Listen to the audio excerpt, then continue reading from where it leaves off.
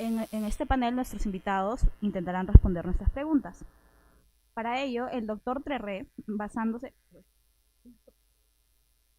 También.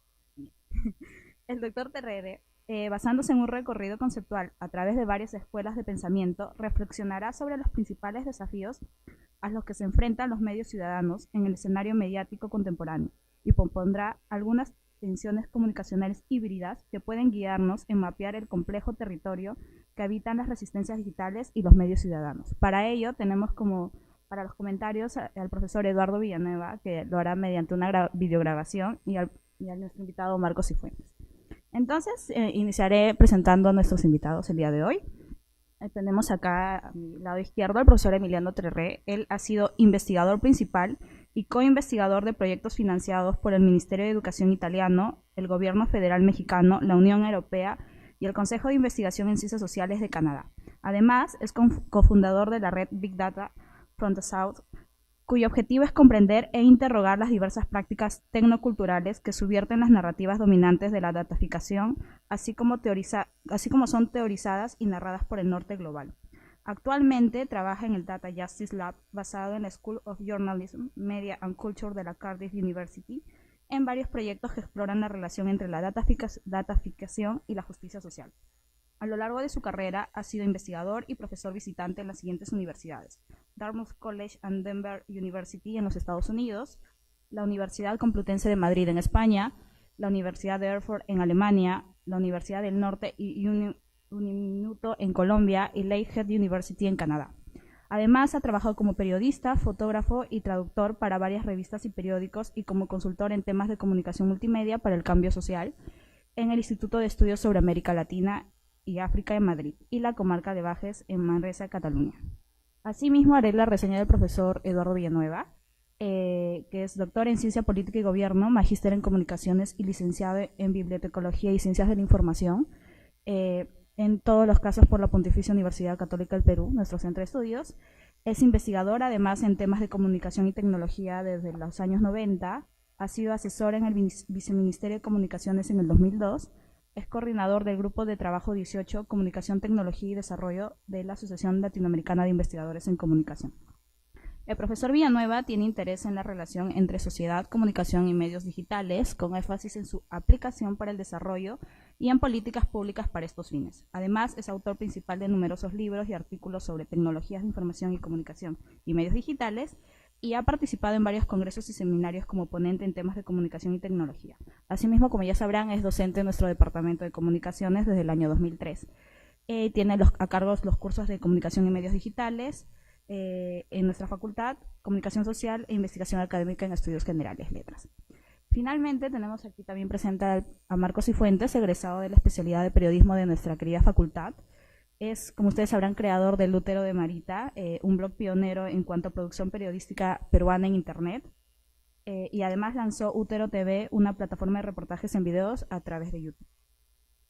Además, en junio de 2009, Cifuentes lanza La Mula, en ese momento diseñada como una plataforma de periodismo ciudadano frente al avance incontenible de las redes sociales que amenazaban con desplazar a los blogs.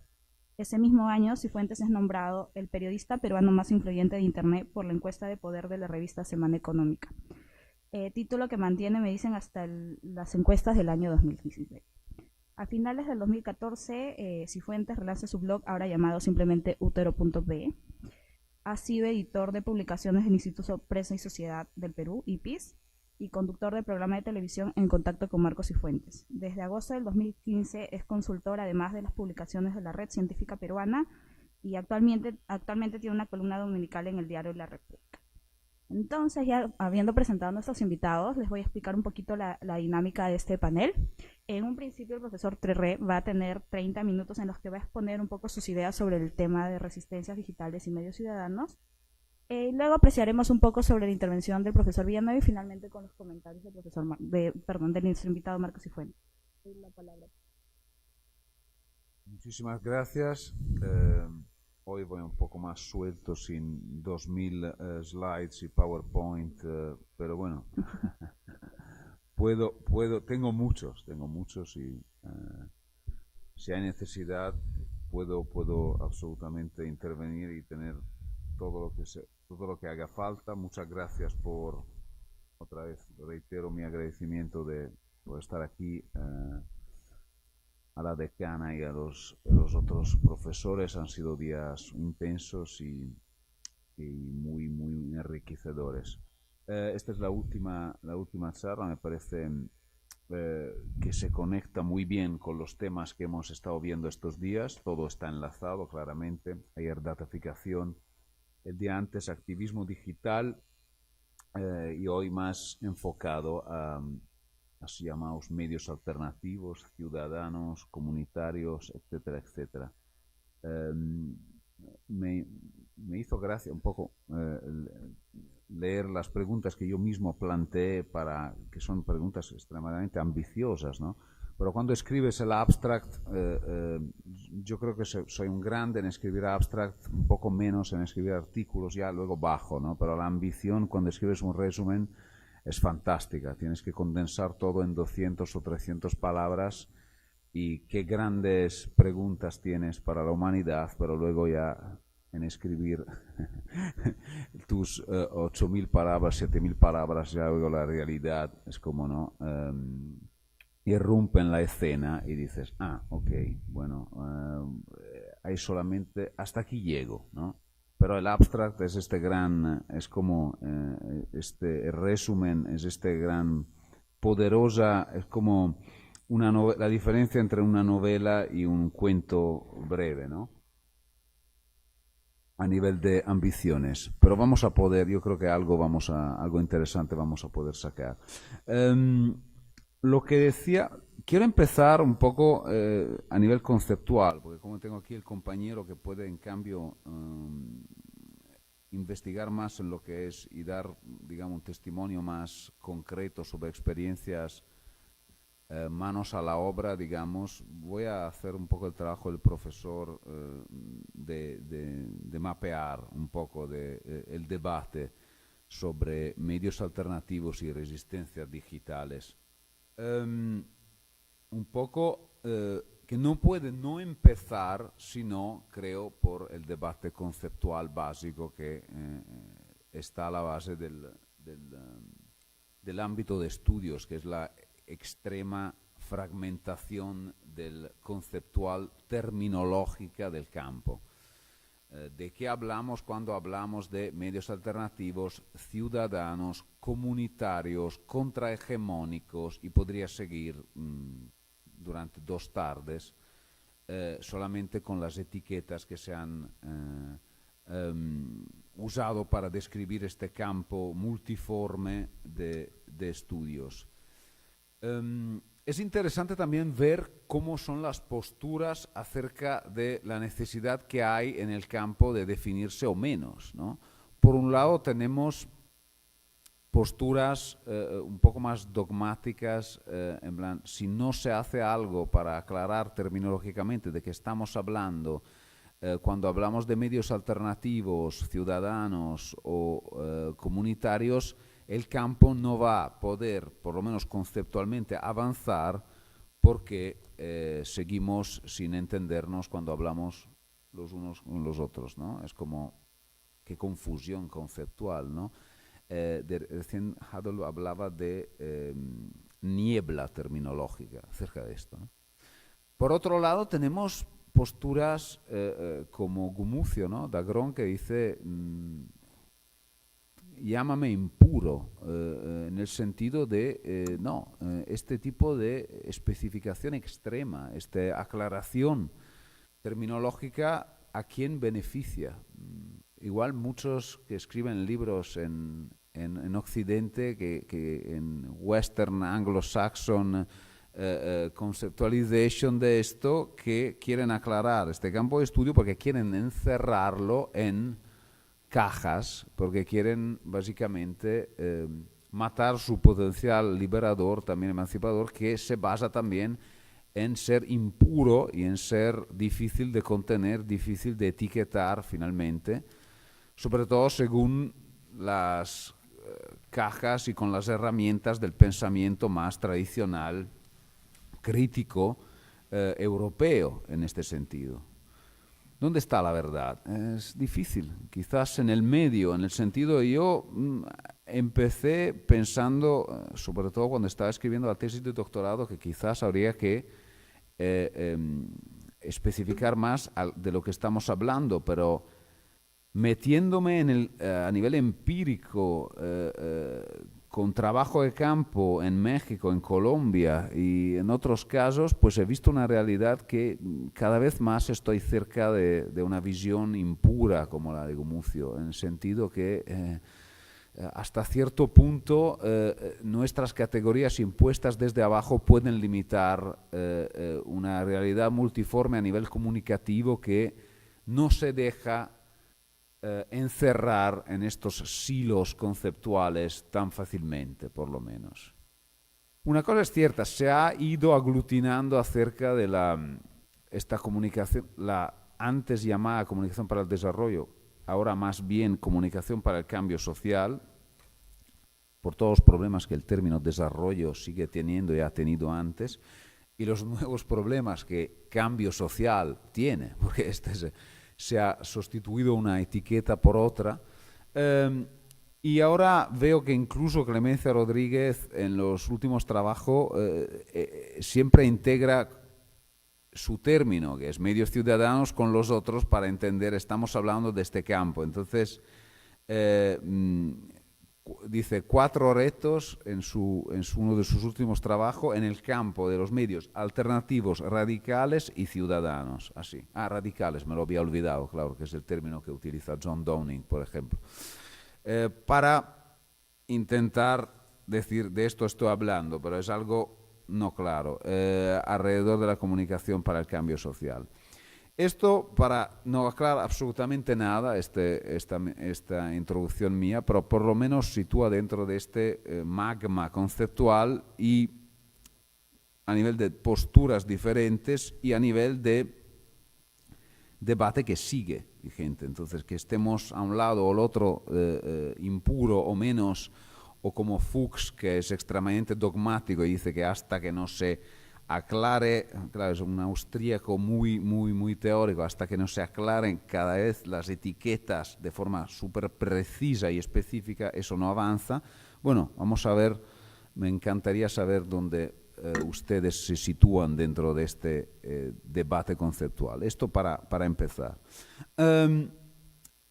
Pasando en cambio a retos, quizás. 4 retos del field, que en una provocación hace pocos años Clemencia Rodríguez y sus colegas lanzaron, y lo lanzaron en un artículo provocador en Media Culture and Society. El tema es, lo lanzaron ¿por qué? Porque la clásica corriente, el ámbito de estudios, este magma conceptual del que hablaba, de los medios comunitarios radicales, ciudadanos, se ha enfrentado en los últimos más de 10 años en realidad, pero más intensamente en los últimos 10 años a la corriente de estudios de activismo digital que precisamente de la que les hablaba el primer día, que también está compuesta por una serie de estudios acerca del activismo que provienen en parte de estudios sobre cultura digital, por otro lado, estudios sobre política, pero todos se aglutinan alrededor del activismo digital y no necesariamente, de hecho, casi nunca dialogan con los estudios tradicionales sobre comunicación para el desarrollo, medios ciudadanos, medios radicales, medios alternativos. Es decir, son 2 ámbitos que deberían dialogar mucho más de lo que están dialogando, deberían interactuar e interpenetrarse mucho más de lo que hacen. Y entonces podemos desdibujar claramente estos estudios se han visto, digamos, han surgido y han florecido mucho más que en el pasado, precisamente porque se han dado unos ejemplos crecientes de insurrecciones, movilizaciones, protestas que han usado abundantemente las herramientas digitales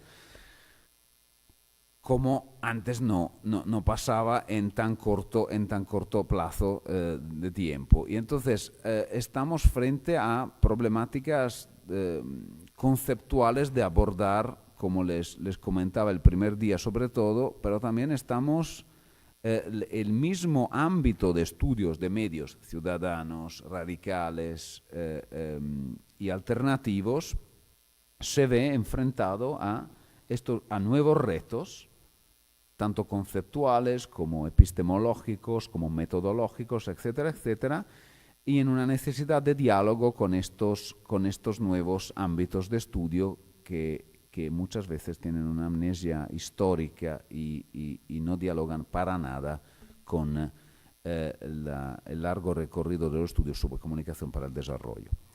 El primer desafío, digamos, el primer reto de estos que hay, que también identifica Rodríguez y compañeros, es precisamente el riesgo de ignorar el contexto histórico.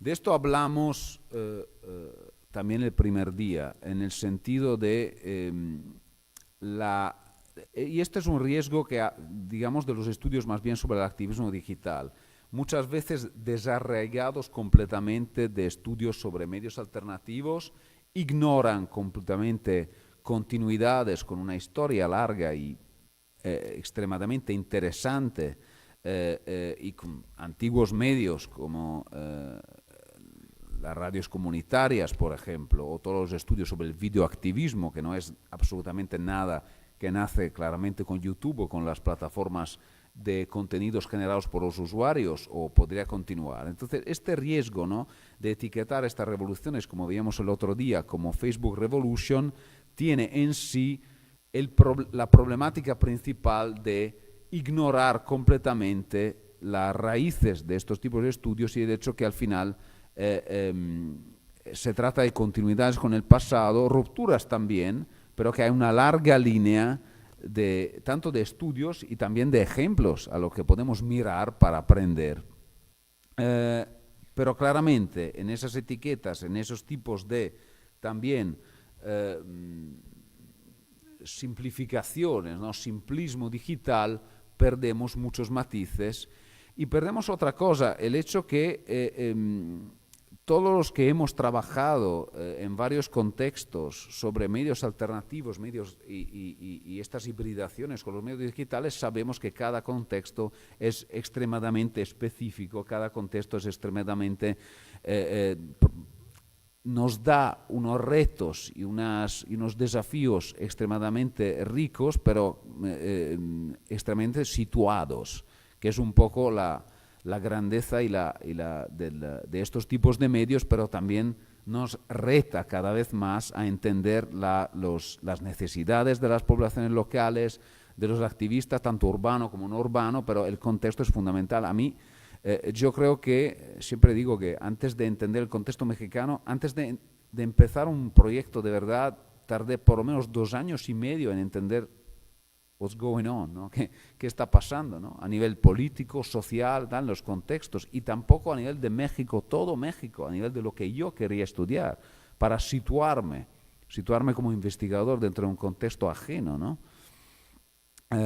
Y esto es algo que es sobre todo la línea de investigación sobre activismo digital, busca un solucionismo tecnológico directo de aplicación desde arriba, muchas veces, de Facebook Revolution, que pasa por alto diferencias contextuales, sociales, políticas, culturales, que en cambio deberían estar al centro de la reflexión.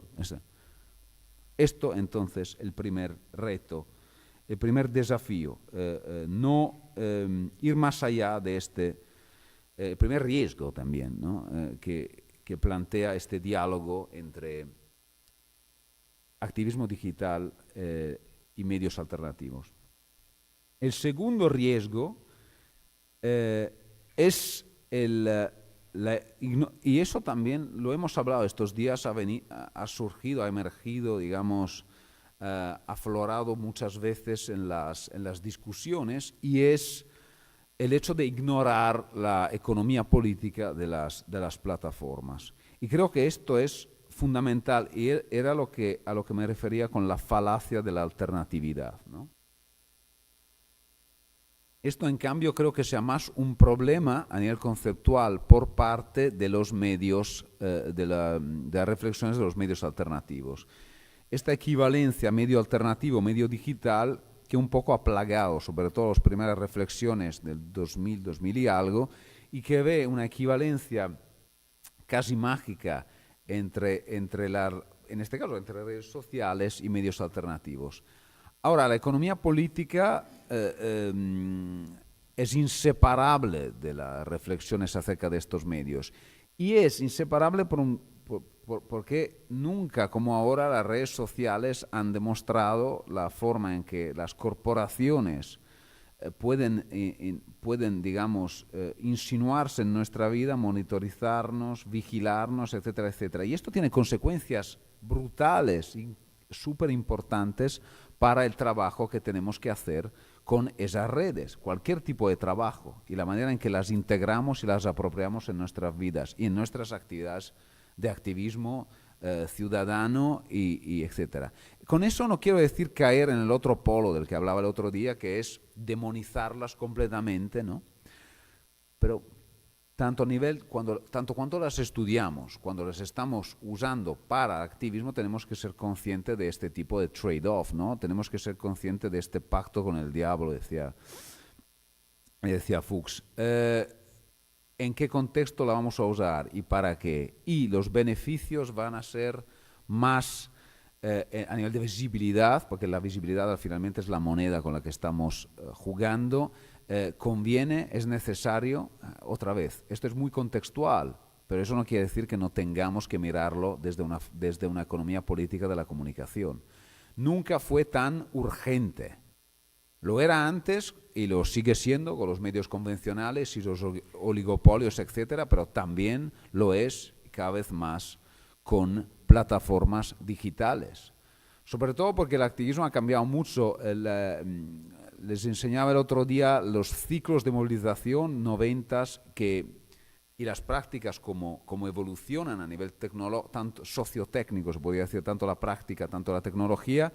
Hemos pasado desde básicamente un dominio casi del correo electrónico y luego de los móviles, de los celulares, a una increíble presencia de redes sociales, tanto en nuestra vida, pero también en el activismo. Post-2011 estamos en un mundo que casi hay una equivalencia, otra vez hay una especie de social media centrism, ¿no? Un centrismo en redes sociales que parece que todo rodea alrededor de esto, pero está claro que es un papel preponderante y cualquier investigación que quiera ahondar en esto sin hablar de economía política está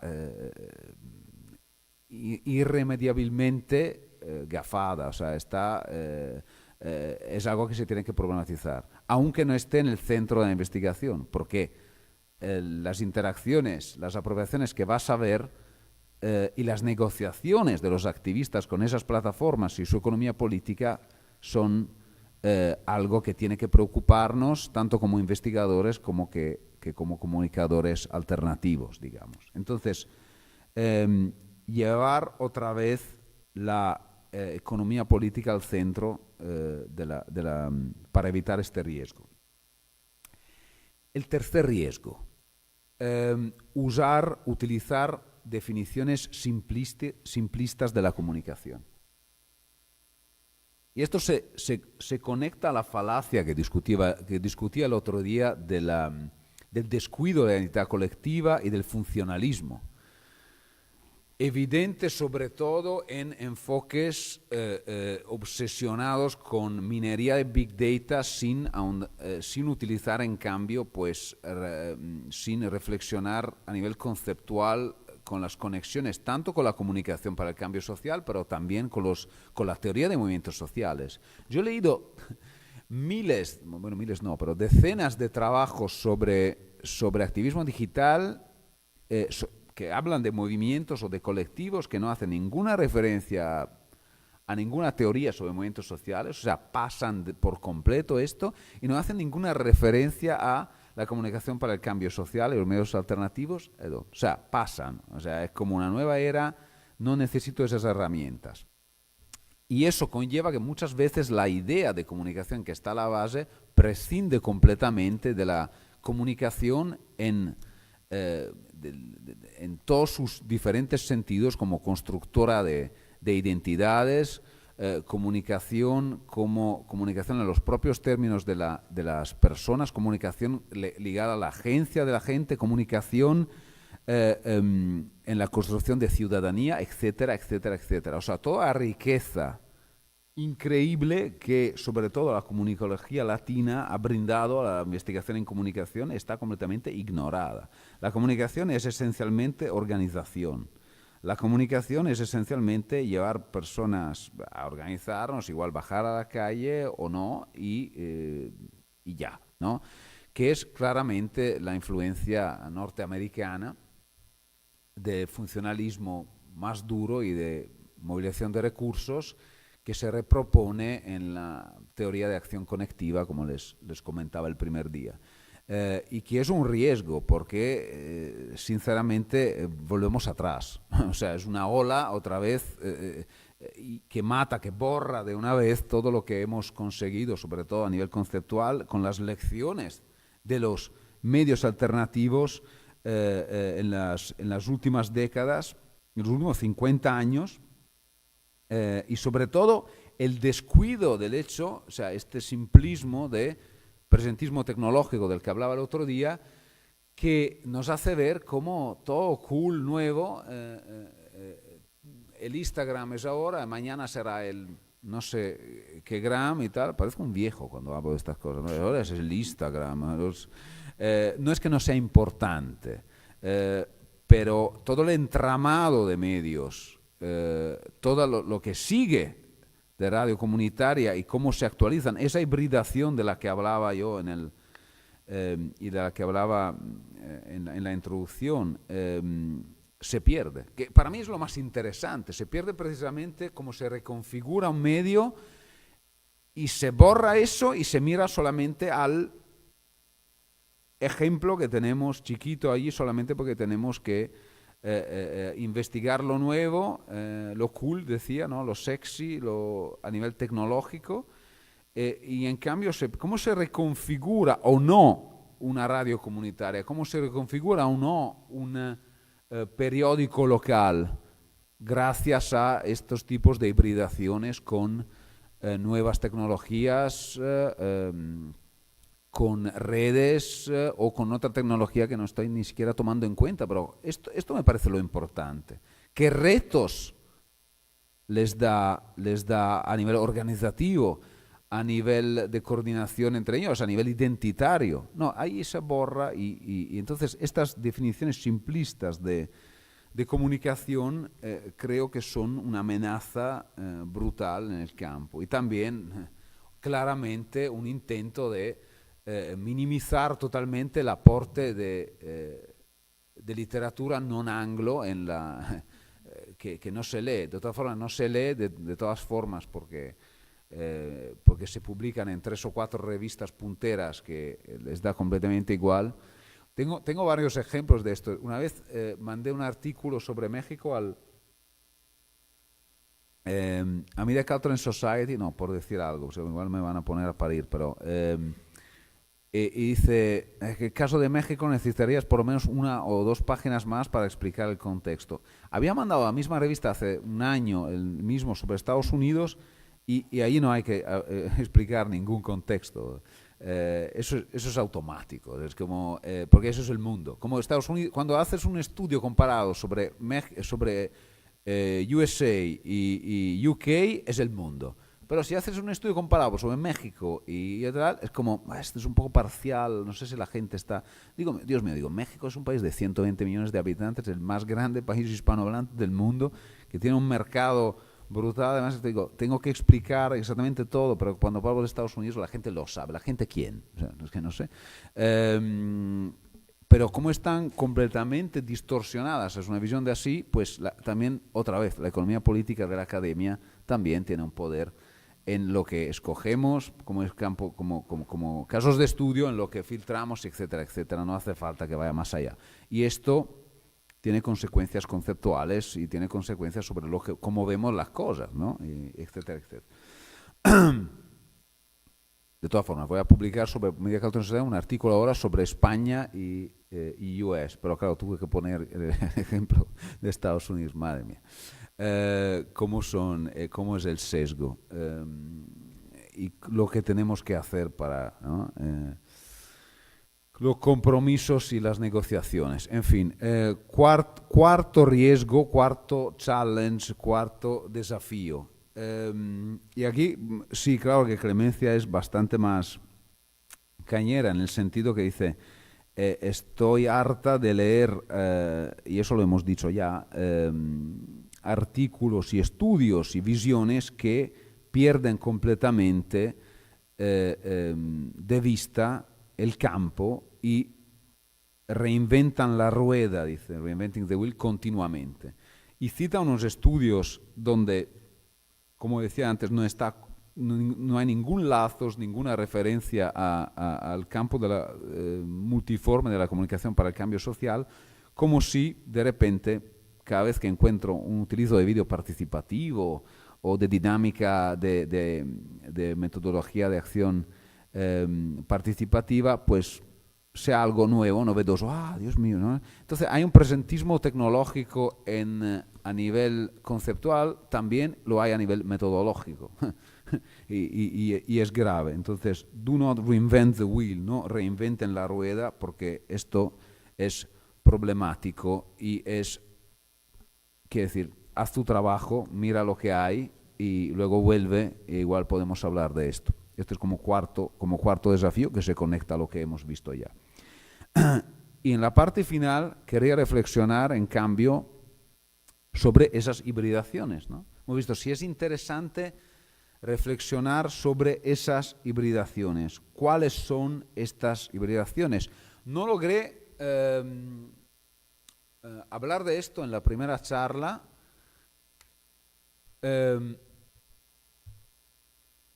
Móvil. Pero creo que es importante hacerlo ahora, porque si queremos,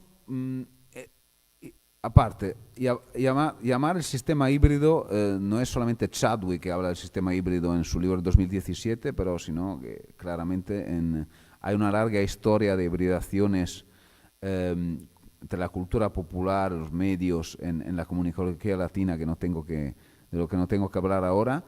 Me parece importante subrayarlo porque lo que acabo de decir, para ganar, digamos, para ir más allá de esta tendencia simplista y aplastadora que ve en la novedad, que exalta la novedad, celebra la novedad y descuida a lo demás de muchas formas, hay que en cambio mirar a estos tipos de tensiones comunicativas híbridas. Retomándolas, yo creo que son 5 principalmente, por lo menos desde mi trabajo he notado, he podido ver 5. La primera, la clásica, physical digital, o sea, físico digital. Lo hemos hablado el otro día, la hibridación entre espacio físico, lo que hablábamos, ¿no?, del espacio ciberurbano, creo que ha generado un debate bien interesante durante estos días y he tenido modo de hablarlo con investigadores también durante espacios más informales. Es absolutamente necesario mirar a esta compenetración entre espacio físico urbano, llámalo offline, online, llámalo como quieras, pero el espacio ciberurbano es el que navegamos hoy en día, es el que tenemos que investigar y que explorar. La segunda hibridación, humano-no humano, ¿no? Wow, es como la turiana, digamos, en algún sentido, ¿no? Pero es mucho más sencillo de lo que creemos. Ayer vimos el poder algorítmico, las amenazas del poder algorítmico. Hablé, ¿no?, de 132, pero hablé también, y aunque no logré profundizar, porque es un mundo, la verdad, de las amenazas algorítmicas que se han desarrollado en los últimos años a partir del 2000, en México 2010, 2018 y siguen, pero en muchos otros países, ¿no? Miles de casos en África, otros países de Latinoamérica. Elecciones de Brasil, las antiguas, y a ver lo que está pasando ahora, ¿no? Estaría interesante ver lo que está pasando, porque Colombia, mucho en Argentina, pero luego, bueno, el caso de Trump en Estados Unidos durante el Brexit, la campaña, y podía seguir Alemania, Italia con las últimas elecciones. La utilización de robots en redes sociales que imitan el comportamiento, ¿no? Mimic el comportamiento humano, con esta mímesis peligrosa y sus consecuencias sobre la acción colectiva y otros tipos de acción ciudadana y sobre la redefinición de los medios ciudadanos, es una problemática que a nivel conceptual nos replantea esta relación, esta relación, o sea, la agencia misma que es dentro de este tipo de redes, ¿no? Entonces, la dialéctica humano-no humano ha vuelto un poco en el radar académico en estos últimos días. Y con eso también todos los enfoques, acción, actor-red, ¿no? O laturianos y de ciencia y tecnología y sociedad, que otorgan una importancia también a actores no humanos. Ahora, no hace falta entrar en debates epistemológicos locos acerca de esto, pero sí tener en cuenta que no se puede hoy en día abordar temas relacionados con redes sin saber que es un ecosistema habitado por miles de agentes que son agentes no humanos. O hay una agencia detrás de ellos, pero coexisten con otros tipos de agentes humanos. Entonces, este es un tema, ¿no? La acción colectiva es profundamente tocada por esto, que lo querramos o no, está a veces sesgada, pero se pueden utilizar también, y los datos en sí pueden ser reapropiados para el cambio. Vimos posibilidades, ¿no? Muchas, ¿no? De poder utilizarlos. O sea, la datificación puede ser, en algún sentido, ¿cómo se dice? No solo reapropiada, pero el potencial de la transformación de nuestra acción social en datos puede tener, digamos, consecuencias positivas y abre horizontes inesperados. También esta tensión humano-no humano. La otra tensión, tercera, es otro clásico, digamos, de los estudios de comunicación, nuevo-viejo. Nuevo-viejo y por eso sistema mediático híbrido. Las relaciones entre las nuevas lógicas y las viejas lógicas son precisamente lo que encuentro fascinante en el nuevo sistema.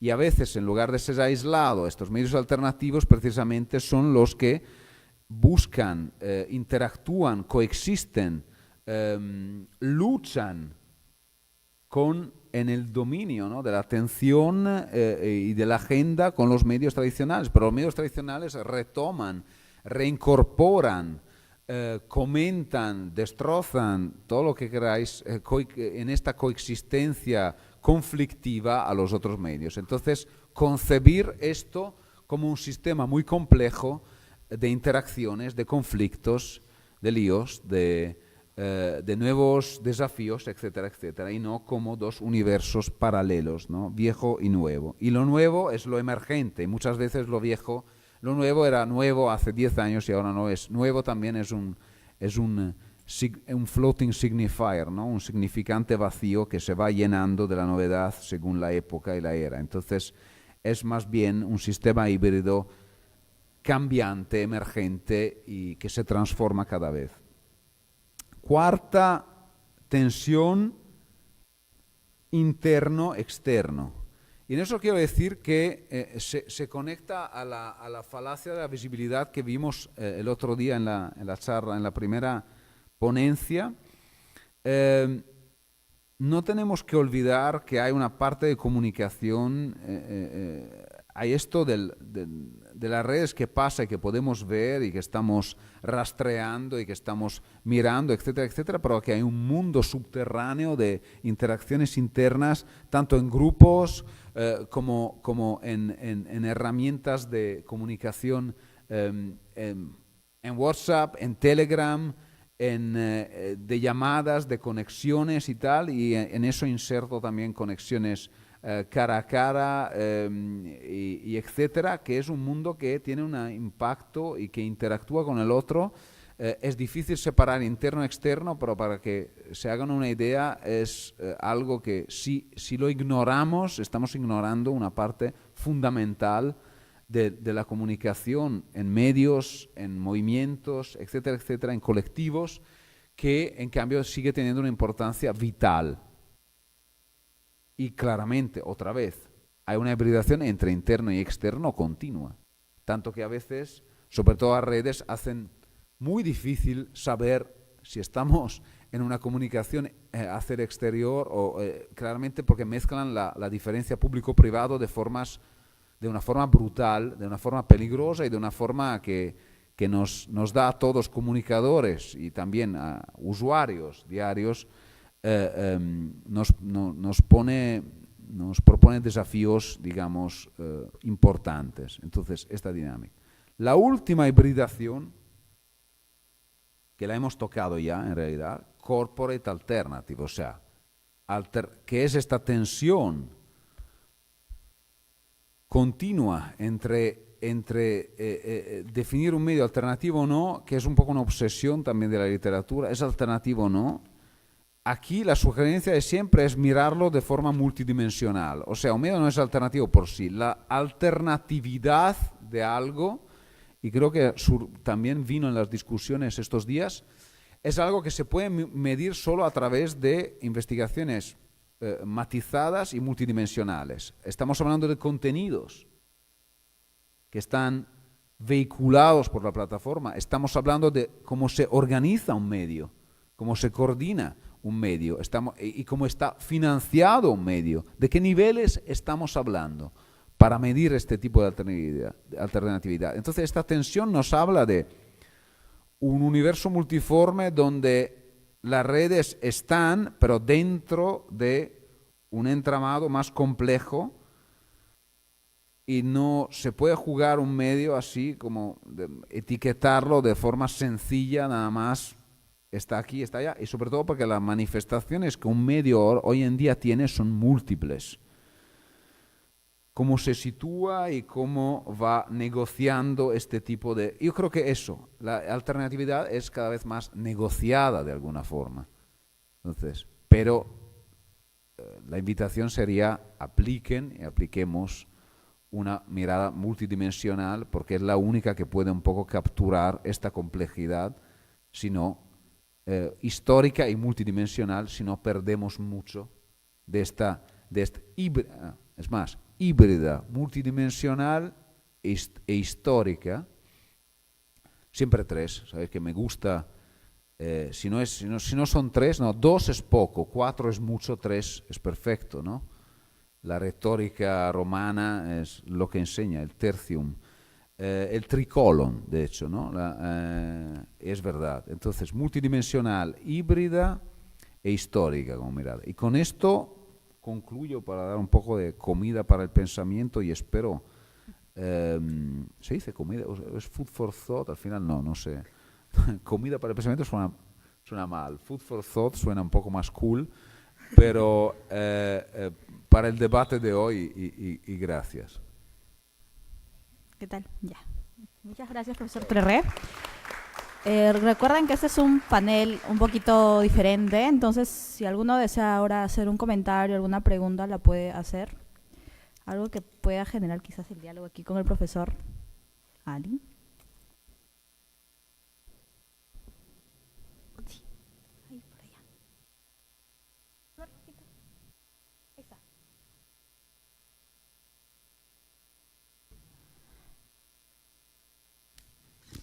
Hola, ¿qué tal? Mi nombre es Florencia, soy alumna de sexto ciclo y justo ahorita estamos llevando un curso que se llama Métodos de Investigación, Investigación Cuantitativa. Entonces, cuando ustedes hablaban de medios alternativos, me retumbaba un poco en la cabeza porque, igual que como tú dijiste, Emiliano, no es tanto medio, sino el contenido. Es decir, ahorita estamos con mis amigas trabajando sobre un nuevo movimiento que se llama Body Positive, que es un tipo de movimiento que se encarga de hacerle este contrapoder a los estereotipos de belleza que se ven en Instagram justamente. O sea, Instagram es esta plataforma en la que hay muchos influencers, hay bloggers, fashion bloggers, hay nutricionistas, hay todo un entramado de mujeres, modelos. Entonces, lo que hace este movimiento es como que reconfigurar los estereotipos de belleza, es decir, dejar de ver a la mujer caucásica alta y delgada como el modelo último de belleza y retomar, por ejemplo, a mujeres afrodescendientes, a mujeres asiáticas, a mujeres con sobrepeso. Entonces, justamente es como un comentario de que más que medios es este contenido, es decir, de que se negocia entre, como dicen un poco un término gramsciano, contrahegemónico y hegemónico. Un discurso hegemónico de belleza y un discurso contrahegemónico que están en la misma plataforma, es decir, Instagram, y que van negociando poderes. Y cómo el movimiento Body Positive ya está llegando más o menos a Perú. Entonces, es más que todo una reflexión sobre el contenido y los medios. Gracias. Sí, ¿aún no más? Sí, aquí adelante. Acá los comentarios. Hola, ¿qué tal? Me llamo Gabriel. Quería hacer la pregunta sobre, en este proceso que denominaste que hay una adaptación de los medios clásicos a estos nuevos medios alternativos, ¿crees que hay un proceso de deshumanización en cuanto al usuario que recibe la adaptación de estos nuevos medios?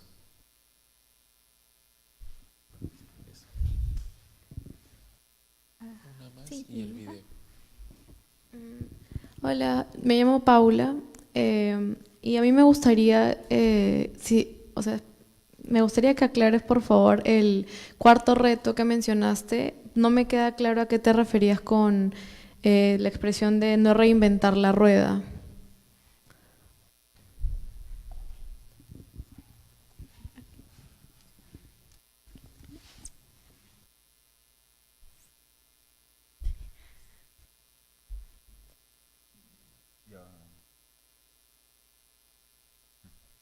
al final. Sí, responde, por favor. Gracias. ¿Cómo se llama el movimiento que citabas? Body Positive. Sí, no, muy pertinente tu pregunta y tu comentario.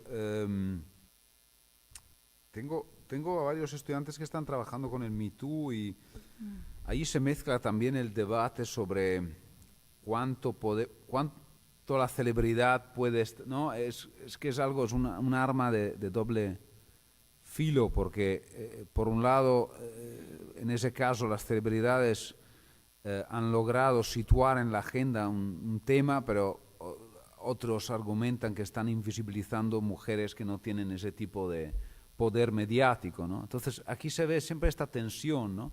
Tú hablas de contenido, claro. Para hacer un ejemplo, con los problemas que puede tener un escepticismo excesivo acerca de las redes sociales. Durante el 2011, los activistas italianos extraescépticos empiezan a decir, no, esto es una basura, es que no podemos usar estas redes, capital, todas las razones que tienen, le meten teoría italiana a lo bestia y esto no, y esto tal. Mientras tanto, los indignados abusan casi de estas redes y consiguen llevar miles y miles de personas a la calle a través de la apropiación masiva de las redes. El escepticismo italiano no consigue de hecho tumbar, entre otras cosas, por la fragmentación de los movimientos, etcétera, etcétera, un movimiento que en cambio había sido en 2008 ya puntero, porque ya había situado la crisis en el centro del debate, pero mientras los otros movimientos anti-austeridad crecían, en Italia caía y se fragmentaba aún más. No quiero decir que la comunicación fue la única responsable de esto. Pero si hubieran tenido una concepción y una apropiación mucho más pragmática, en ese sentido, pues hubiera sido quizás posible movilizar más gente y aglutinar más colectivos. En cambio, como siempre, el parroquialismo italiano, también a nivel de movimiento y digital, ganó y se tumbó la posibilidad de tener algo así. Mientras los indignados entendieron que se podía generar también a través de esos instrumentos corporativos una masa, una identidad que fuese más allá. Claramente todo es contextual. Eso fue posible porque la represión en España no es tan dura como en otros países. Es dura, pero no lo fue.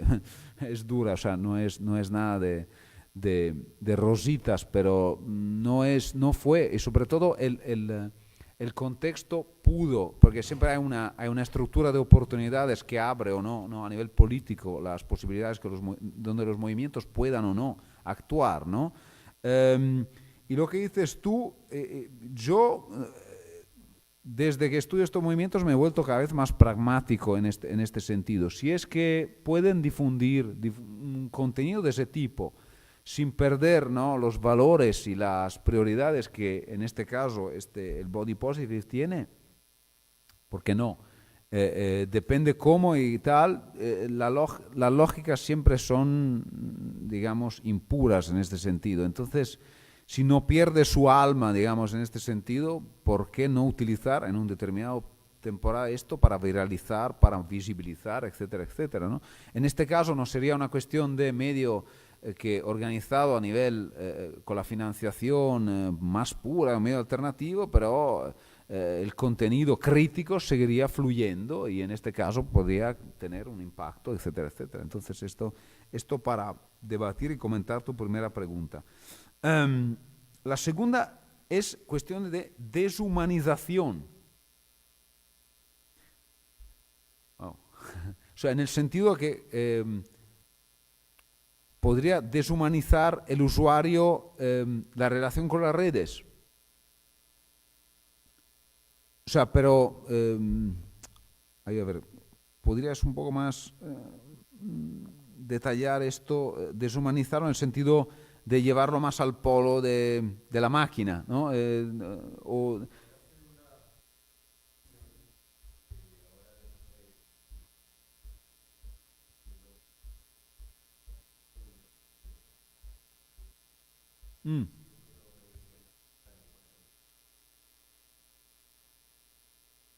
En referencia con la tensión humano-no humano de la que... ok, sí. Es una interesante pregunta. La cuestión, o sea, lo que quiero subrayar es que siempre, cada vez hay esta tensión, pero hay gente detrás de lo no humano. O sea, hay ejércitos de gente que el poder paga para hacer determinadas cosas y ejército de gente que se ocupa de la reputación y de otras cosas, pero siempre, o sea, existe una tensión y una dialéctica entre lo no humano y lo humano. No hablaría en términos de singularidad, o sea, Dios mío, las máquinas están tomando el poder como en plan... que es algo que los tecnodeterministas van anunciando cada por lo menos 20 años. Es como la muerte del libro. Lo anunciaron en los años 60, luego en el 70, igual va a ser en los 90, y luego dijeron seguramente en el 2020, vamos a ver, estamos a pocos años, no creo. Y en el sentido que siempre hay una agencia humana detrás de este tipo de manipulación. Se usan instrumentos gracias a la difusión masiva que estas redes permiten de imitar el comportamiento humano, y a veces ellos mismos aprenden y pueden autodifundirse. Yo creo que esto genera una paranoia y una, por lo menos lo he visto en el contexto mexicano, brutal sobre la gente. Pero más que deshumanización, paranoia y desconcierto frente a estas consecuencias de manipulación y de posibilidades de usar agentes no humanos de las redes. Más esto diría, ¿no? Pero siempre tomemos en cuenta que la mayoría de las acciones son acciones políticas tradicionales donde hay alguien detrás que está guiando estos tipos de acciones. O sea, hay agencia humana detrás. Luego, con fines específicos políticos concretos. Entonces, esto es un poco lo que hay. Las consecuencias todavía son inesperadas. Lo que he visto yo es mucha paranoia, le llamaban paranoia de redes sociales, en el sentido de no saber dónde proviene el poder, lo que me está pasando, y me lleva a desarmar el móvil, a irme directamente de aquí, a no usarla, no tanto a nivel de activismo como en mi vida privada, social, porque es que la represión y la sensación que estoy debajo de agentes, tanto humanos como no humanos, que me están controlando y liando la vida, es demasiado, esta presión es fuerte, ¿no? Bifo Berardi habla mucho de esto, ¿no? Del capitalismo y estos efectos emocionales que pueden tener en nuestras vidas. Espero que esto pueda contestar más o menos, situar tu pregunta. La tercera es reinventar la rueda. Más sencillamente es o sea, no reinventar la rueda quiere decir no pensar que las reflexiones, las dinámicas comunicativas que vemos con los medios de ahora, o los nuevos medios, o con cómo se redefinen los medios alternativos, sean algo completamente novedoso que no se haya estudiado. Y esto vale sobre todo no tanto para las reflexiones que se desarrollan en América Latina, sino tanto para la reflexión del mundo anglo, que dicen, mira, vídeo participativo, y me citan a Jenkins y a otros dos. Bueno, estaría bien igual hundir un poco más en la literatura ¿no? Rosa María Alfaro, no sé. Quiero decir, ¿de qué estamos hablando? Estamos hablando, la misma Clemencia, o sea, estamos hablando de un recorrido de continuidades muy antiguo, que nada más se ha reconfigurado ahora, pero cuyas dinámicas han sido observadas, vistas en comunidades durante décadas. Entonces, no reinventes la rueda teórica, o sea, no creas que todo lo que estás mirando es novedoso y solo porque tú no estás enterado de lo que es, de los estudios que han pasado, o igual porque no puedes leerlos, porque no han sido traducidos, no lo puedes encontrar, no lo quieres encontrar.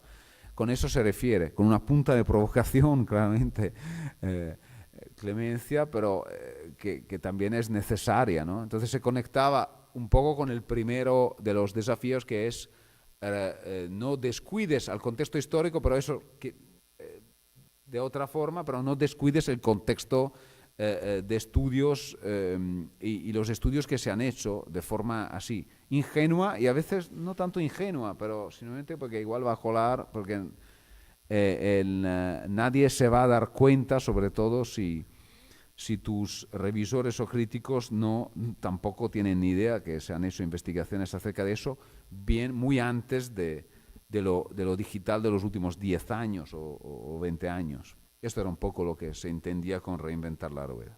Bueno, muchas gracias. No sé, Marcos, ¿tienes alguna precisión que hacer ahorita?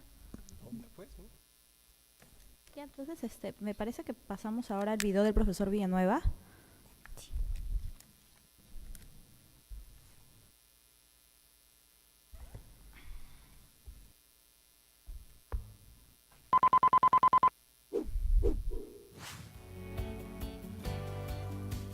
Buenos días.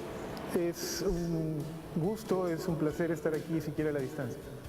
Lamento muchísimo no poder haber escuchado la ponencia del doctor Treré en persona, pero por otro lado me alegra extremadamente que un académico de su nivel esté compartiendo con nosotros nuestro 20º aniversario de nuestra facultad.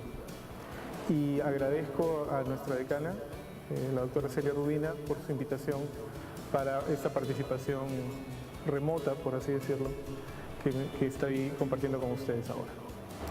Quisiera comenzar por una observación hecha a partir tanto de la reseña de la presentación del doctor Treré como de la lectura de sus trabajos relacionados con el tema de hoy, que tiene que ver con la idea de continuidades y rupturas.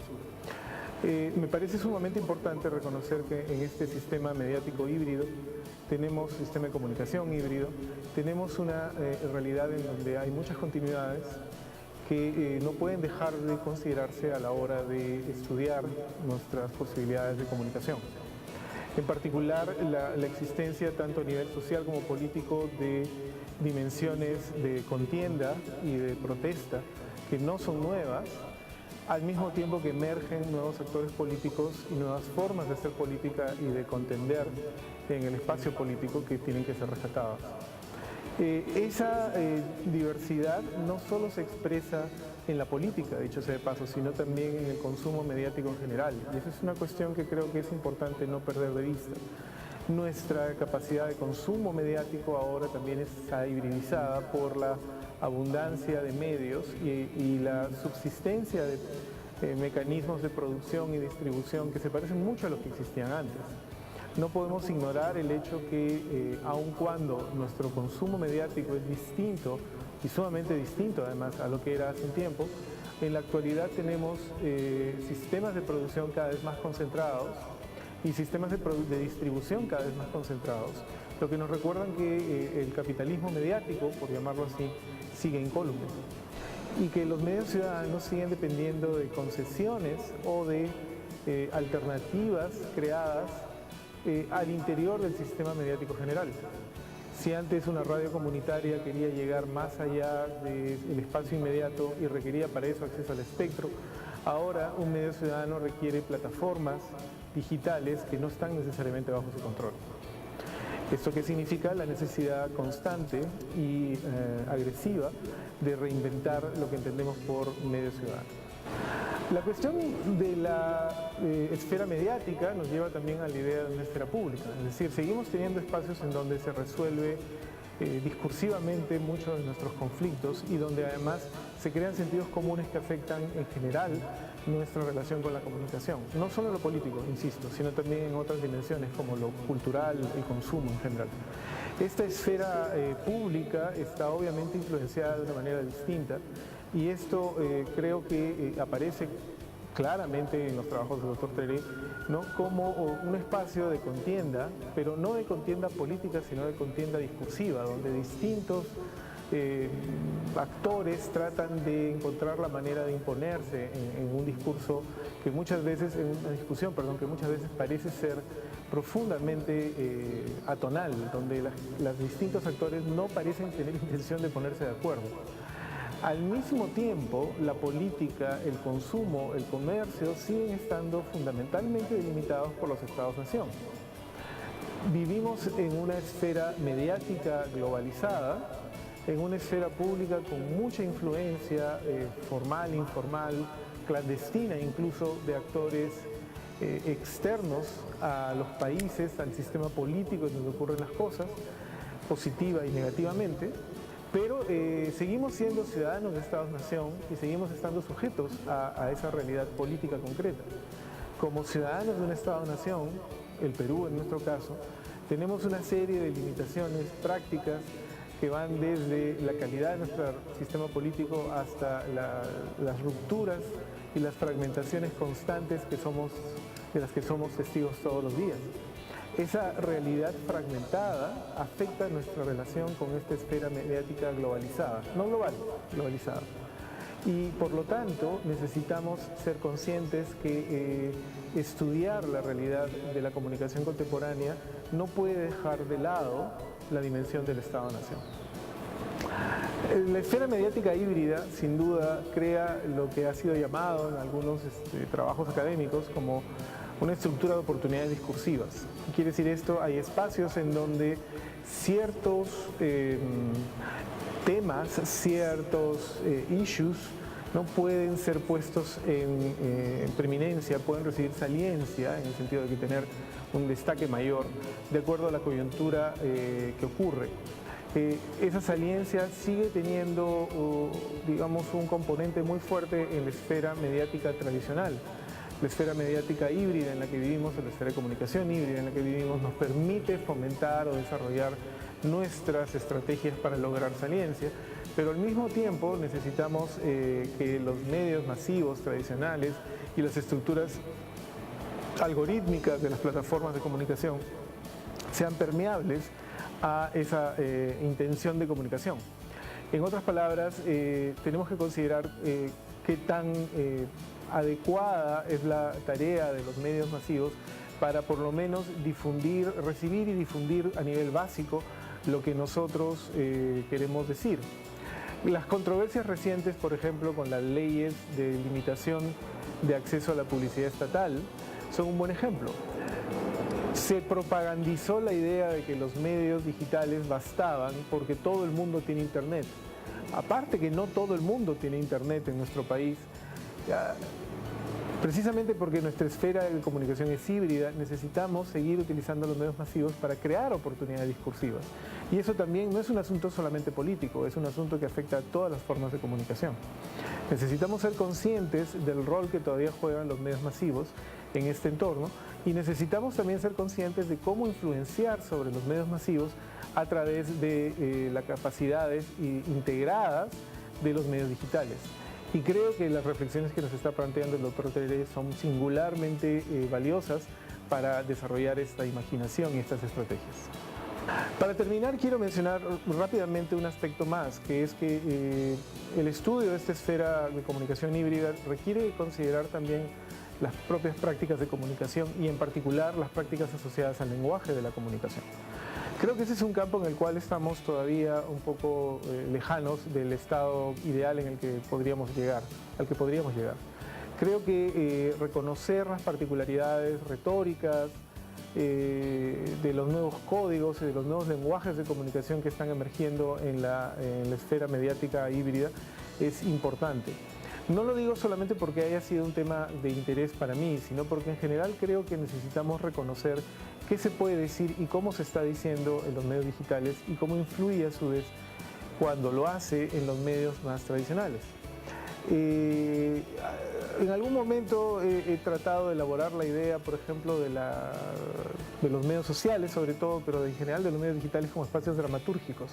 Es decir, en donde la performance de los actores resulta siendo mucho más crítica que el contenido de lo que dicen. Y que esto hace inherentemente imposible o muy difícil en todo caso desarrollar espacios deliberativos, dado que las personas que intervienen en los entornos digitales tienden a descansar más en elementos performativos, dramatúrgicos, que en elementos racionales, discursivos. Es una idea, como puede haber muchas, y simplemente la sugiero porque me gustaría, digamos, ver qué opinión podría generar en nuestro expositor. Les agradezco la atención. De nuevo pido disculpas por la ausencia y saludo a nuestra facultad y me alegra sinceramente haber estado durante estos 20 años participando en este proceso y ojalá, no digo 20 años más, pero quizás unos 10 más todavía podamos compartirlos acá. Hasta luego. A distancia. Bueno, un poco importante la reflexión que hace el profesor Villanueva sobre esto de reconocernos, ¿no?, como una sociedad que tiene un sistema de comunicación híbridos, que no podemos trasladarnos a una esfera solamente digital, teniendo personas, actores sociales que todavía dialogan con el sistema tradicional, ¿no? Entonces, a continuación vamos a proceder con nuestro invitado Marcos Cifuentes a que nos dé algunos comentarios. Muchas gracias y gracias por la invitación. Y bueno, yo, habiendo hecho mi carrera muchos años en Internet, agradezco siempre la oportunidad de estar ante una audiencia que va a interpretar correctamente mis palabras y que no va a tratar de distorsionarlas y que va a entender lo que digo. Y agradezco también la oportunidad de discutir muchas cosas de lo que hago, lo que he hecho, y sobre todo las definiciones, que es algo que permanentemente cuando uno trata de hacer un trabajo serio, honesto, en medios, se encuentra que es una ilusión. Las definiciones son muy complicadas de hacer. Y yo siempre le he oído, por ejemplo, habiendo hecho muchos medios que se llaman alternativos, jamás me he referido a ninguna de las cosas que he hecho como algo alternativo, pero la palabra me escarapela un poco. Y ahora mucho más, ¿no? Ahora que lo alternativo es la alt-right, esta derecha extrema, y que se ha apoderado de lo alternativo, peor, o sea, ya no tiene nada que ver con... Si antes me parecía una pose progre de izquierda, como quieran, ahora es todo lo contrario. Y, y claro, ¿qué es lo alternativo ahora? Ahora lo alternativo es, solamente para citar el caso peruano, estas webs como Manifiesto, ¿no? Estas páginas webs de fake news abiertamente, ¿no? Que no, ni siquiera creo que lo ocultan. Y para salirnos de un ámbito político, conocen el fenómeno de los incels, seguramente, los célibes involuntarios. Y que en Perú se han organizado muy bien, ¿no? Están como súper bien organizados y tienen algo que no sé si es un medio, pero tienen una plataforma de activismo, sobre todo en Facebook, y que se dedican a hacerle la vida imposible a un montón de gente, ¿no? Y a difundir nuevamente en lo que muy bien Eduardo ha llamado como una performance más dramatúrgica, si quieren. No sé si ya ni siquiera sé si llamarlo contenido, es simplemente eso, una performance que afecta a la vida cotidiana de un montón de gente, ¿no? Y están dedicados, a pesar de que ellos mismos imagino que se consideran como una especie de alternativa frente a un establishment, claramente lo que están perpetuando son los valores y una estructura social viejísima, y son los más conservadores que pueden haber, pues, sin embargo ellos se consideran a sí mismos, porque viven en esta burbuja que puede ser la corrección política de Internet, creen que están luchando contra eso, ¿no? Cuando en realidad lo que son simplemente la manifestación de una estructura que tiene siglos en nuestro país. Entonces, la palabra alternativa me complica, y ahora desde que existe Internet la palabra medio me complica, ¿no? Porque para mí lo que tienen los incels o Manifiesto o toda esta gente que se aleja mucho a lo que en los 90 llamábamos alternativo, son un medio, ¿no? No necesariamente publican, mucho menos hacen lo que yo llamo periodismo, pero están ahí y comunican. Tienen una plataforma mediante la cual comunican. Eso es un medio, se supone, ¿verdad? Bueno, tienen una plataforma mediante la cual comunican su rollo. Insisto que me cuesta mucho llamarle contenido y mucho menos periodismo, ¿no? Y de nuevo regreso a estas problematizaciones académicas, pero que son valiosas de la definición, ¿no? Entonces yo no sé qué hacen estas personas, pero están haciendo algo. Entonces Facebook mismo también es un medio, ¿no? Y de hecho todo esto que hemos visto de los datos, y ahora, la semana pasada salió que Facebook constantemente ha venido manipulando las cifras de uso de video en su plataforma, ¿no? Para tratar de incentivar a que todos nosotros, sobre todo los medios, los que usábamos esto de una manera más profesional, nos pasemos a video, ¿no? Entonces ellos inflaban sus métricas de video, y claro, algunos caíamos, ¿no? O todos caíamos. Algunos con reticencias, porque claro, de nuevo, regreso a otra posible definición de alternativo. Muchas veces yo siento que cuando nos referimos a algo alternativo, en realidad lo que queremos decir es misio, ¿no? No es, o sea, es gente que no tiene las posibilidades de generar un medio real, o sea, comprarse una imprenta, sacar un periódico o buscar una licencia de radio o televisión, ¿no? Si quieres hablar de una llegada nacional, porque esa es nuestra mirada capitalina, porque si tenemos una mirada más bien regional, entonces una radio local es un medio alternativo, y una radio local está labrada con mucho esfuerzo, un periódico local está labrado con mucho esfuerzo, y más bien si quieres hacer algo local en Internet vas a fracasar, y muchas veces hay muchos ejemplos en todo el mundo de medios de Internet que han intentado ser locales y que no les ha funcionado. Entonces, ¿qué cosa es ser alternativo desde un punto de vista de alguien que, como yo, trata de hacer algo limitado a un Estado-nación como Perú? servicio en realidad, ¿no? O sea, tienes un equipo de 4 personas y vas arañando por ahí algo de publicidad, o te tratas de inventar un nuevo modelo de negocio que no sea Google AdSense, depender de una plataforma, y eso es otra cosa, de una estructura de agencia de medios. Entonces, la agencia de medios que decide qué medios son los que, sin ningún tipo de profesionalización en absoluto, deciden qué medios son en los que medios hay que poner la publicidad, sin ningún tipo de estudio realmente. O sea, uno va, eso es algo real, uno va a una agencia de medios y esta gente no tiene idea realmente de qué está pasando. Se enteran 5 años después de que existe YouTube y cosas por el estilo. Y yo lo he visto, teniendo en cuenta, Útero TV en algún momento tenía bastantes visitas, pero nadie lo iba a auspiciar, ¿no? Eso era en el 2008, obviamente, ¿no? Cuando yo era youtuber, antes de que exista la palabra youtuber. Y claro, tenía mucho más vistas que, o sea, teníamos más vistas que ventas tenía el diario Correo. El diario Correo tenía un montón de publicidad. Y eso ha pasado muchas veces con muchos medios. Entonces, lo que te obliga nuevamente a replegarte, porque no tienes ingresos para seguir construyendo ese medio, replegarte y seguir siendo, muy grandes comillas, alternativo. Y luego lo alternativo también suele, o para usar las palabras de lo radical, lo ciudadano, sigue siendo ideal, me parece que sigue connotando cierta idealización de cosas, que es algo que, por ejemplo, vimos en la primavera árabe, ¿no? Yo era uno de los convencidos, por cierto.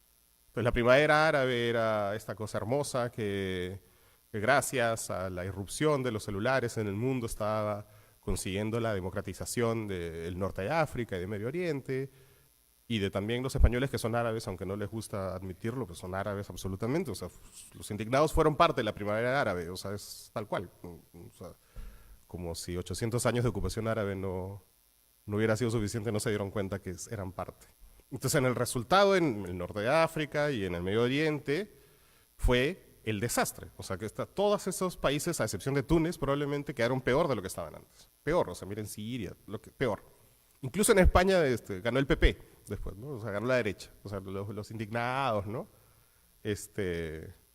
La noticia más positiva de los indignados es que surgió Podemos. Y eso. Entonces, claro, toda esa ilusión de la democratización que nos daban los medios y el activismo se convirtió en eso, ¿no? Y por otro lado, con cosas como Me Too, que están muy bien y claro, la respuesta son los incels, ¿no? Que es una cosa muy violenta, y que no solamente se limita a mujeres, ¿no? Sino en realidad a los que básicamente le dan la gana. Son trolls organizados al final. Son los herederos de lo que era 4chan hace 10, 12 años, ¿no? Y de nuevo, 4chan era un medio, o sea, cuando salió Anonymous y todas esas cosas que todo el mundo veía muy bien, y Wikileaks y todo este ánimo libertario en el que estábamos moviéndonos, terminó en este ambiente cargado que existe ahora, ¿no? Y en el ambiente cargado en el que hay medios alternativos que son, Breitbart, por ejemplo, en Estados Unidos. Para citar, por ejemplo, algo que Emiliano decía muy bien, ¿no? Digamos, casi toda la literatura alrededor de esto se concentra sobre todo en Estados Unidos, en el mundo anglosajón. Y por el mismo motivo, la respuesta de las grandes corporaciones que manejan todo esto se centran en ese mercado. Entonces, Facebook y Twitter han censurado a Breitbart directamente, ¿no? Y han salido y han explicado sus razones, ¿no? Y uno aquí en Perú mira eso y se muere de risa porque, claro, ha censurado a Breitbart. ¿Por qué no ha censurado aquí en Lima a 1000 cuentas que se dedican a hacer cosas incluso peores que lo que hacían ellos? Porque no le estás prestando atención, porque tu sede no está ahí, porque económicamente Perú no significa nada y es uno más de 50.000 otros lugares donde ellos tienen que prestar atención, ¿no? Entonces, claro, su departamento de PR les dice censura a alguien, ¿no? Porque en Estados Unidos existe esto, pero el problema de esta esta invasión de las masas que en las redes sociales subsiste, ¿no? Y en el que esto que estaba hablando Emiliano de lo nuevo versus lo viejo. Disculpen si me desordeno un poco, pero hay tantos temas que se tocan de esto, pero quiero llegar a algo con esto. Y yo cuando empecé a hacer periodismo, yo empecé un poquito aquí, haciendo webs con Eduardo, justamente, hacía la web de letras. No era periodismo, obviamente, diseñaba cosas y por eso me llamaron a una muy incipiente página web en el año 99 para hacer su web. Y a mí no se me ocurrió que estaba haciendo algo nuevo versus viejo, se me ocurrió que esto es natural, ¿no? Hay un medio, necesito una página web, yo lo hago. No había nada ni revolucionario ni nada en eso. Y después de eso, muchos años estuve en tele, que es un medio masivo. Y cuando me fui de ese medio masivo, dije, quiero hacer periodismo y necesito un espacio, bueno, haré una web. Y eso es algo natural. Para mucha gente eso es como, lo nuevo versus lo viejo. Y al final no. Para mí el periodismo no es distinto porque lo haces donde lo haces o porque la última moda es Instagram y mañana Snapchat y lo que sea.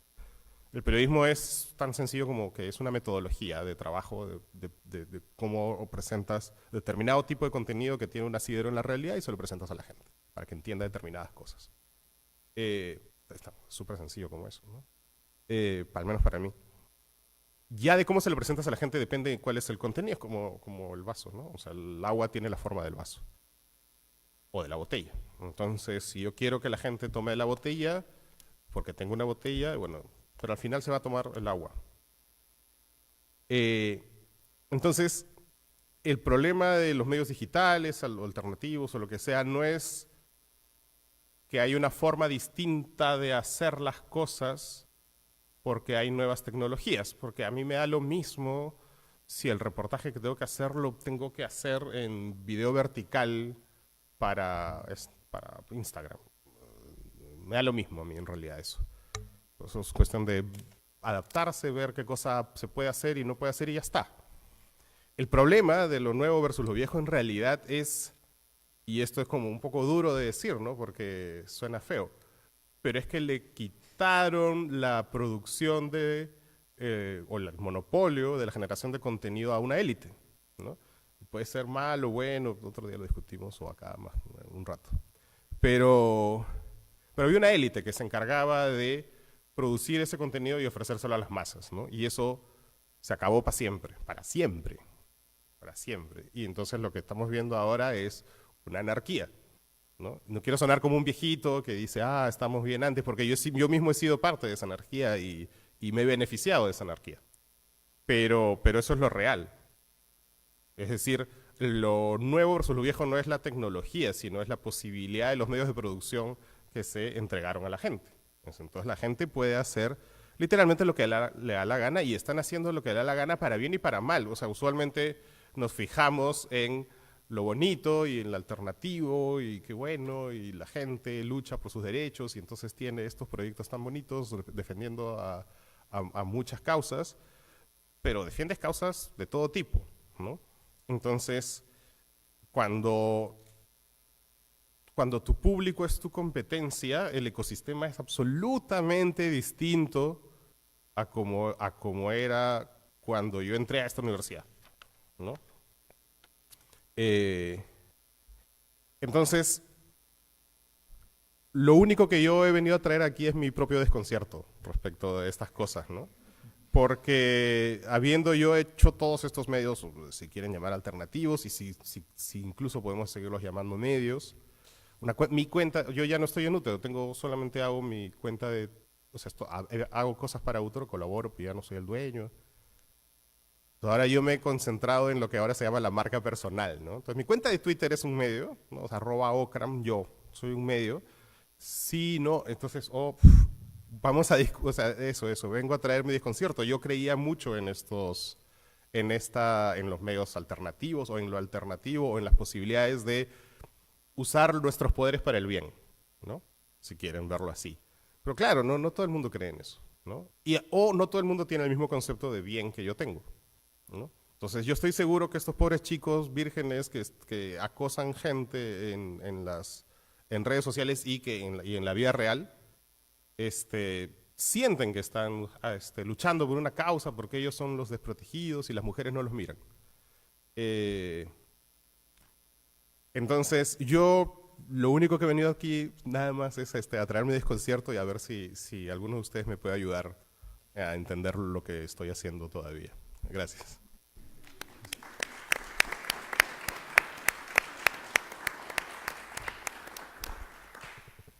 Muchas gracias, Marco, por la apreciación. No sé, Emiliano, ¿quieres hacer algún comentario? Me pareció fascinante el relato que acabamos de escuchar. Es cierto, no hablé suficiente y creo que lo hemos escuchado en las palabras de Marco de la apropiación de lo alternativo por parte de la cultura digital, de la alt-right, o como la queramos llamar. Al final, esto creo que que demuestra de forma contundente como todo esa supuesta afinidad electiva entre la cultura digital y ideales de progreso de la izquierda era bastante era un mito, ¿no? Para decirlo, era una mitología, porque al final no solamente la derecha se ha apoderado de esos instrumentos de forma más eficaz que la izquierda, sino que ha contribuido de forma determinante a la elección de un presidente payaso, Berlusconi al cuadrado, o más,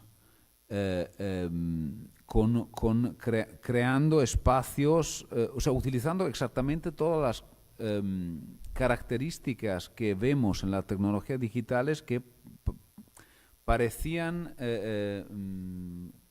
pues decía, afinidad electiva, porque parecían de forma mágica que se esposaran con los ideales de la izquierda, o sea, autoorganización, capacidad de viralizar, de difundir el mensaje crítico, etcétera, etcétera. En cambio, todo esto ha sido usado para trolear, minimizar, manipular, crear ruido de forma efectiva, y ahí estamos. Y este grupo no sabía que era muy activo también en el Perú. Hace parte de este ecosistema de la alt-right, que es mucho más complejo de lo que queremos ver. No todos comparten la misma idea sobre lo que es la derecha o sobre el papel exactamente de lo digital también dentro de esto, pero sí comparten pues el ideal de la supremacía de los blancos, patriarcado, etcétera, etcétera. Entonces, ideales totalmente, son todos, digamos, tanto antimujer como antidiversidad, y hay una serie de características que los acomuna, pero todos usan eficazmente la red, el ecosistema digital de forma efectiva, y lo han demostrado. Esto ha sido un baño de realidad tanto para los investigadores como para los políticos y todos los demás, y creo que esto es importante tenerlo en cuenta. Creo que no lo había subrayado suficientemente, y es un antes y después también de las reflexiones sobre la cultura digital. Es como algo, si antes hubo desde el entusiasmo al escepticismo, ahora estamos en una temporada de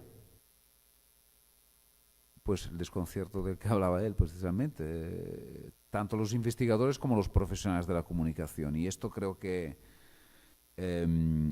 tengo un estudiante que ha mapeado incluso las mismas mapas que ellos hacen de sí mismos dentro de la blogosfera, y es algo que si no te da escalofríos, entonces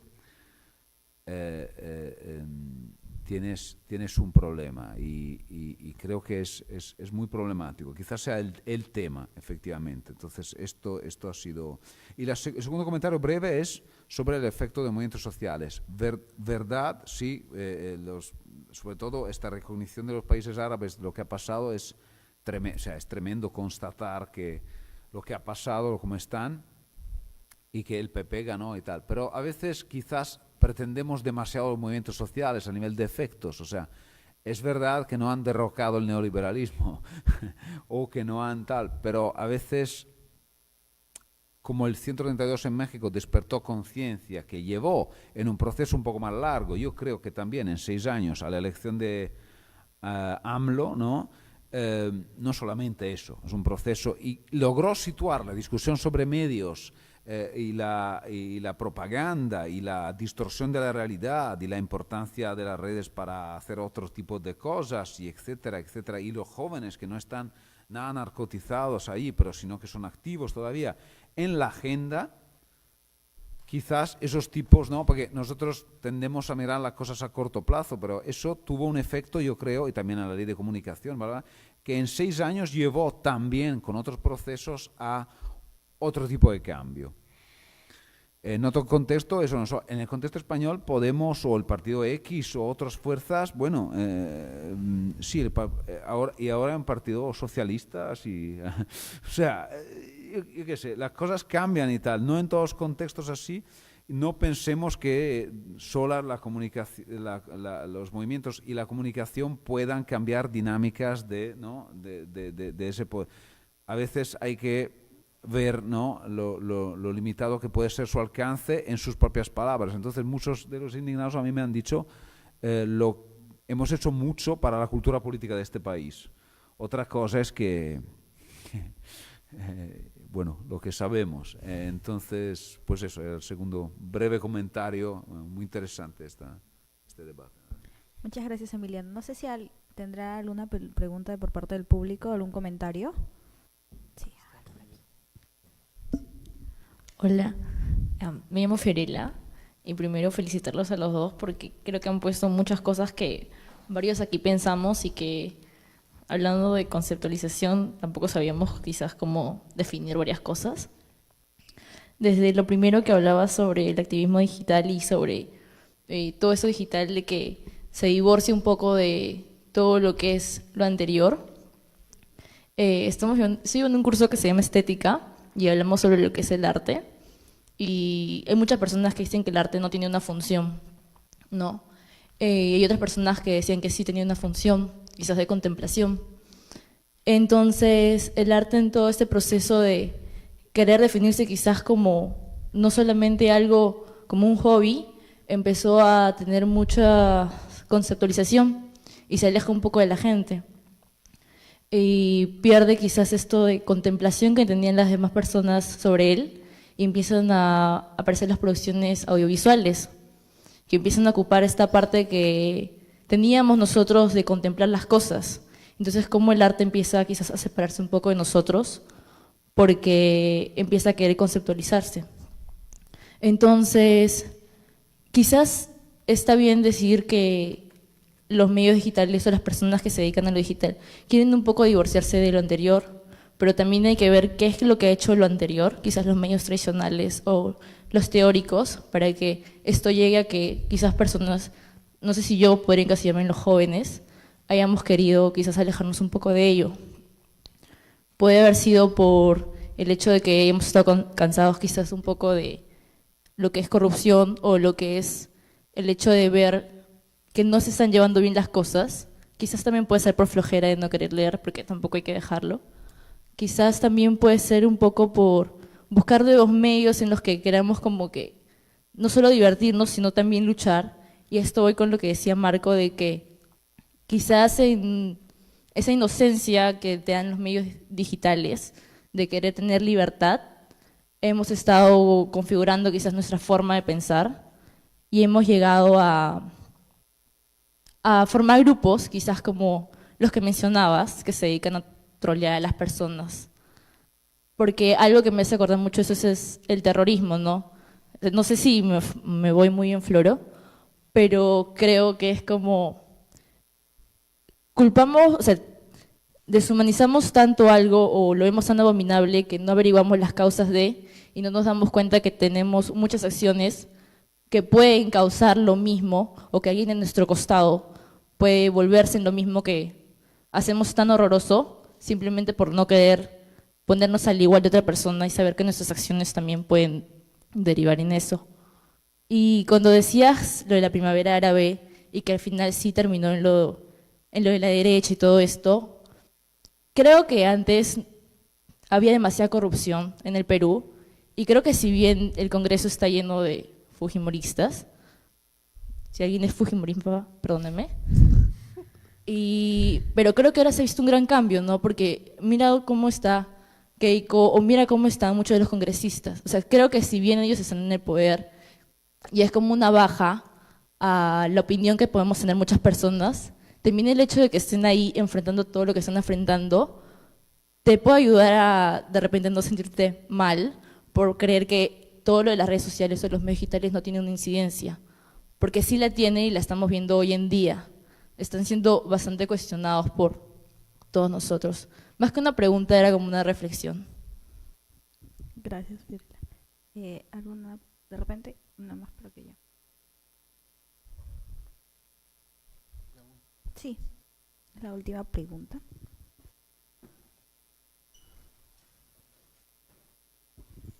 Hola, ¿qué tal? Bueno, para Marco, desde el periodismo creo que como que surgen dos retos, ¿no? El tema de la libertad que nos da todas las webs para poder crear algún contenido.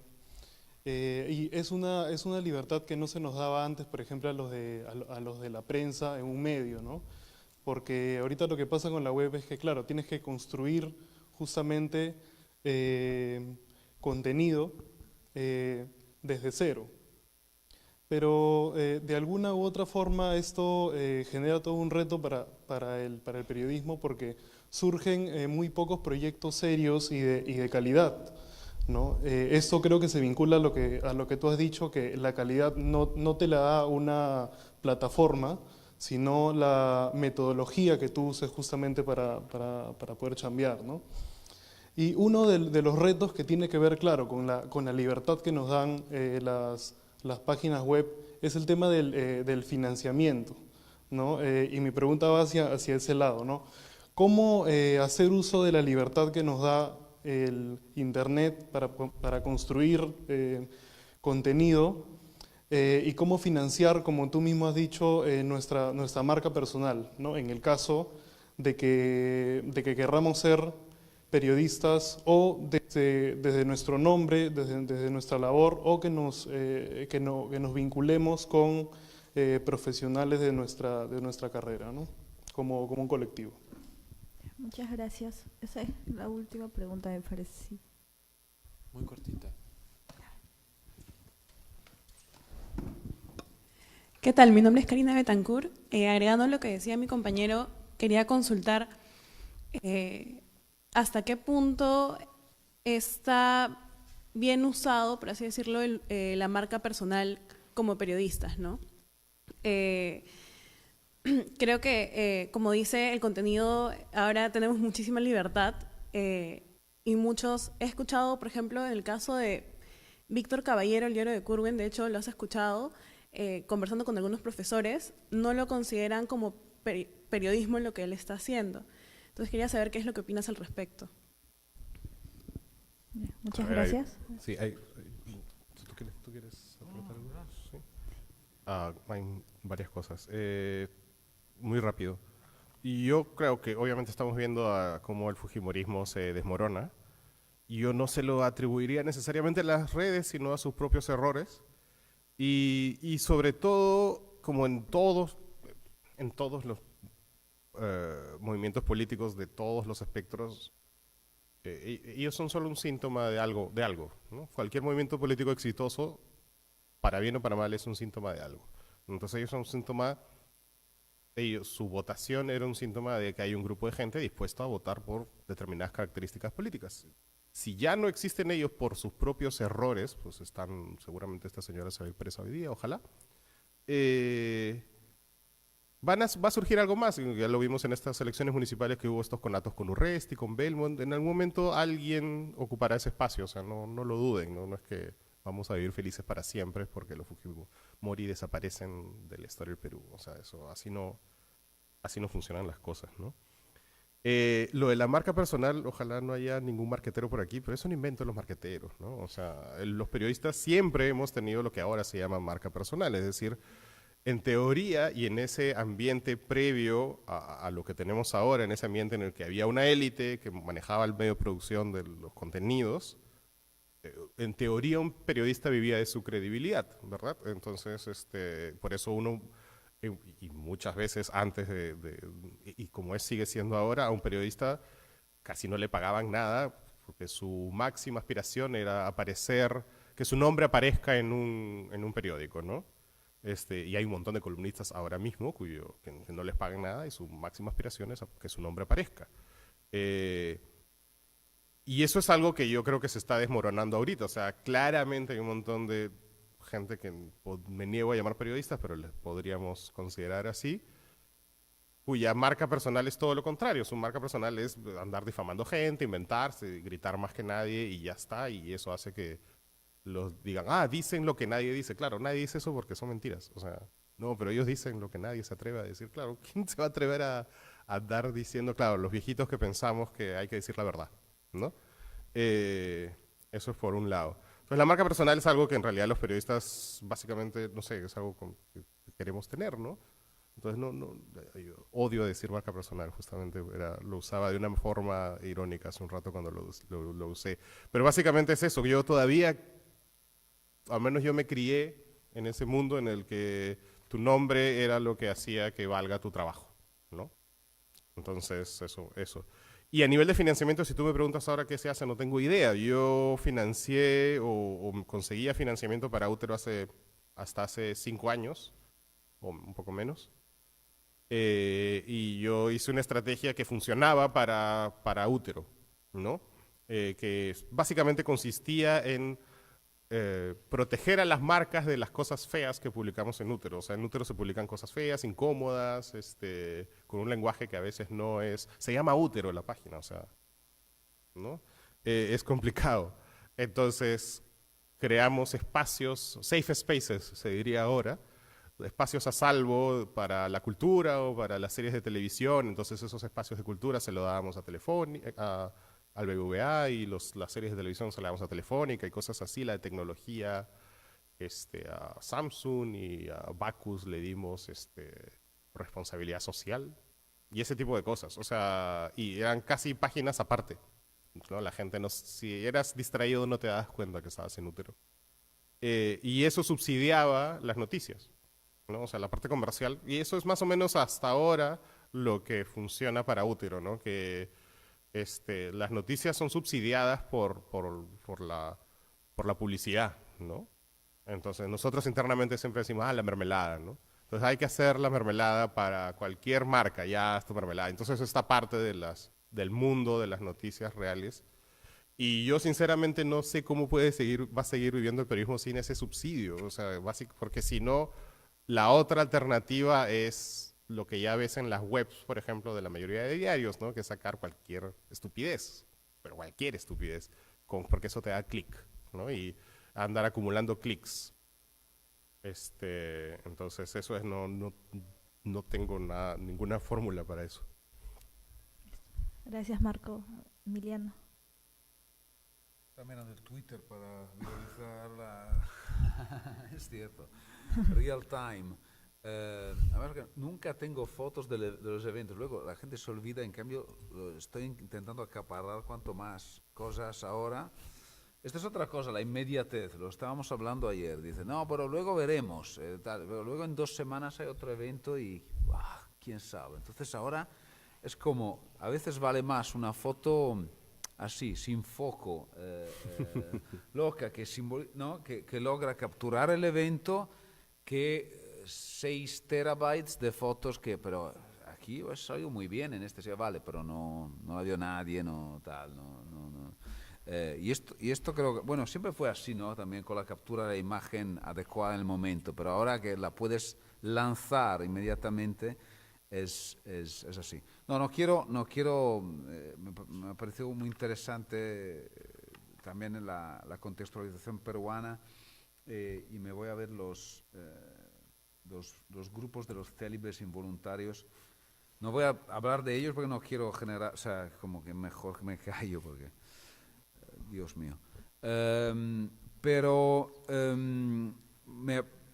cerrando, y también, bueno, no, creo que mi discurso, muchos de los puntos que toqué con los de Eduardo se más o menos integró, ¿no? Integró un poco lo que habíamos hablado, todos los sobre la estructura de oportunidad discursiva que salió y a nivel conceptual fue muy bello ver cómo se integraba perfectamente en el, aunque no estando presente y tal, creo que logró ver cómo podíamos compenetrar nuestras visiones, y fue muy interesante ver cómo este diálogo en la distancia.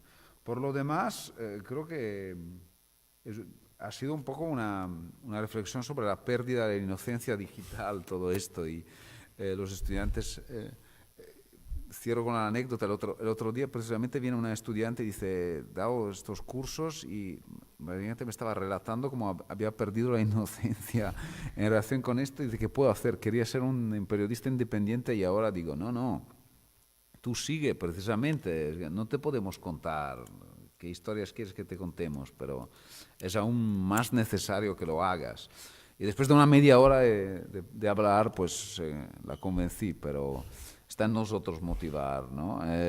Sé que es un panorama desolador muchas veces, pero no es que antes fuera particularmente... También la construcción de un pasado mítico donde todo era fácil y fluido y tal, a nivel de periodismo o de relatar la realidad, es que no. Pero los tiempos no pintan bien, eso está claro, pero necesitamos esto cada vez más, ¿no? Y reinventarlo cada vez más. Entonces, aunque la inocencia digital esté perdida, la esperanza no lo está. Muchas gracias Emiliano, Marco, muchas gracias a los presentes, ha sido...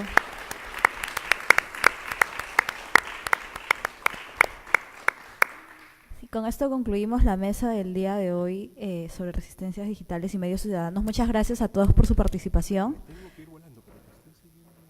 Sí, yo